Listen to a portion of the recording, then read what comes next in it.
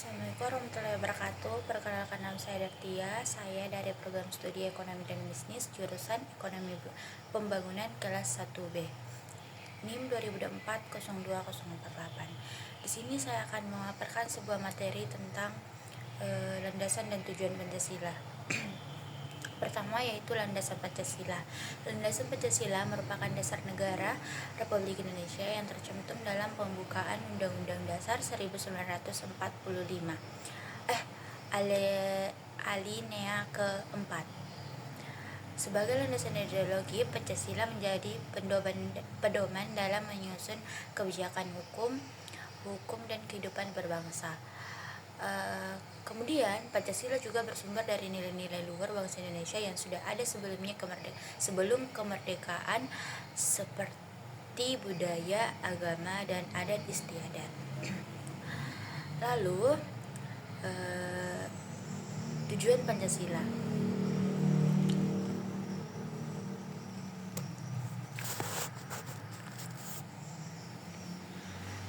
Tujuan Pancasila yaitu membentuk masyarakat yang adil dan makmur berdasarkan nilai-nilai ketuhanan, kemanusiaan, persatuan, dan demokrasi dalam keadilan sosial, dan menjadi paduan dalam menciptakan kehidupan berbangsa dan harmonis dan menjaga persatuan Indonesia. Lalu kedua yaitu Pancasila sebagai filsafat. Pancasila sebagai filsafat berarti Pancasila digunakan untuk memahami dan mengkritisi dan untuk memberi arah dalam kehidupan manusia dan negara.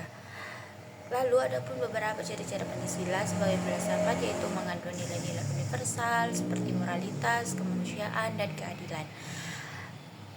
Lalu memiliki sifat mendasar fundamental yang menjadi dasar berpikir dalam menyelesaikan persoalan tentang kehidupan.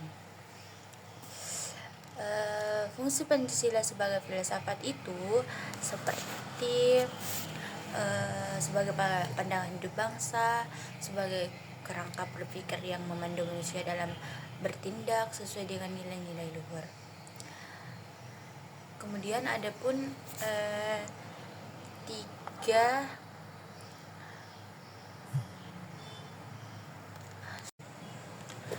lalu yang ketiga itu tentang Pancasila sebagai sistem etika. Pancasila mengandung norma dan nilai etika yang menjadi pedoman perilaku bagi individu dan masyarakat. Sebagai sistem etika, Pancasila juga mengarahkan perilaku berdasarkan 5 sila, yaitu pertama ketuhanan yang Maha Esa, yaitu menghormati kepercayaan masing-masing.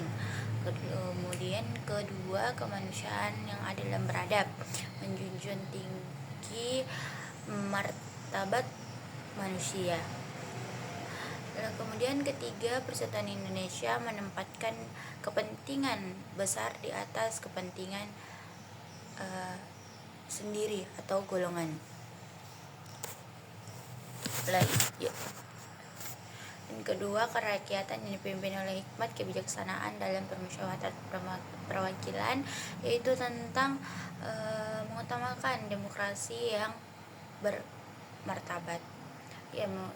Dan kemudian yang kelima atau yang terakhir itu keadilan sosial bagi seluruh rakyat Indonesia, mewujudkan kesejahteraan yang merata.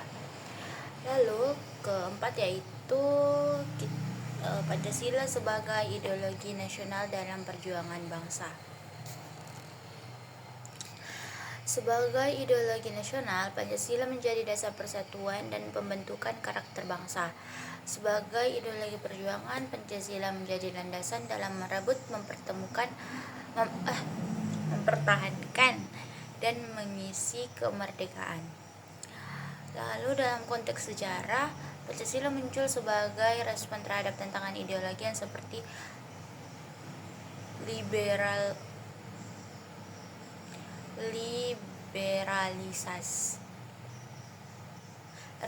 liberalisme, komunisme, dan fasisme. fasisme. Iya, fasisme. Dan nilai-nilai yang mencerminkan kepribadian dan cita-cita bangsa Indonesia yang berujung untuk melawan penjajah untuk merdeka. Yang kelima itu tentang sejarah lahirnya Pancasila.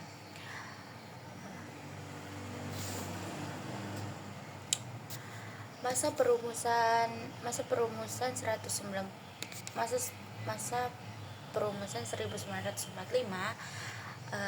29 Mei sampai 1 Juni 1945.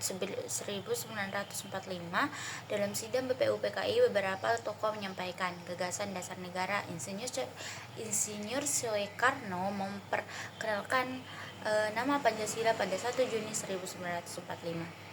Dan 22 Januari 1945, Panitia Kecil Panitia 9 atau Panitia 9 merumuskan Piagam Jakarta sebagai rancangan pembukaan Undang-Undang Dasar 1945 yang memuat Pancasila.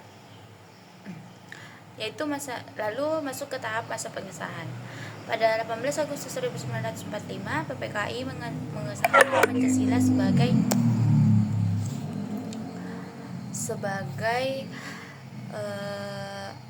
mengesahkan Pancasila sebagai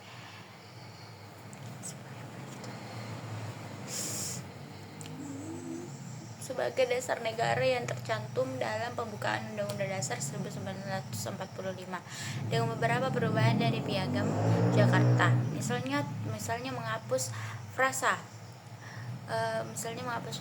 dengan kewajiban menjalankan syariat Islam bagi pemeluk-pemeluknya.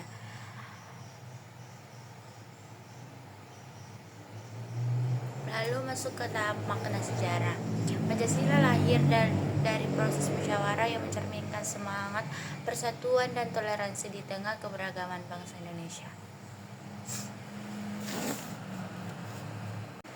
Baik, sekian dulu video dari saya.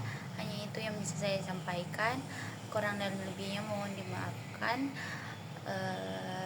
Saya akan belajar lebih baik lagi ke depannya. Assalamualaikum warahmatullahi wabarakatuh.